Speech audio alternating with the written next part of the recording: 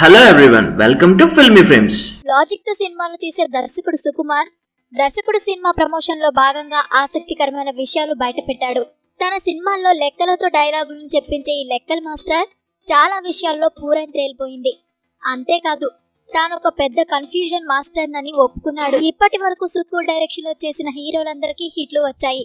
అల్లు అర్జున్ కి ఆర్య, నాగ చైతన్యకి 100% లవ్, ఎన్టీఆర్ కి నాన్నకు ప్రేమతో హిట్లు పడ్డాయి. అయితే స్టార్ హీరో మహేష్ బాబుకి మాత్రం వన్ నేనొక్కడినే సినిమాతో అట్టర్ ఫ్లాప్ ఇచ్చాడు. ఈ సినిమా అంతా కూడా కన్ఫ్యూజన్ గా ఉంటుంది. అప్పట్లోనే అందరూ ఈ సినిమాని ఓ పెద్ద కన్ఫ్యూజన్ మూవీ అని సుక్కుపై కామెంట్లు చేశారు. అయితే ఆ విషయాన్ని మర్చిపోయిన ప్రేక్షకుడికి ఇప్పుడు మళ్ళీ సుక్కు తన వీక్నెస్ కన్ఫ్యూజన్ అని చెప్పి గుర్తు చేశాడు. అంతేకాదు తొందరపడి ఎవరినైనా బాధ పెట్టానేమోనని ఎప్పుడు ఫీల్ అవుతుంటానని, ఆ విషయంలో సుకుమారుడేనని చెప్పుకొచ్చాడు. ఇంకా రంగస్థలం సినిమా గురించి కూడా క్లారిటీ ఇచ్చాడు.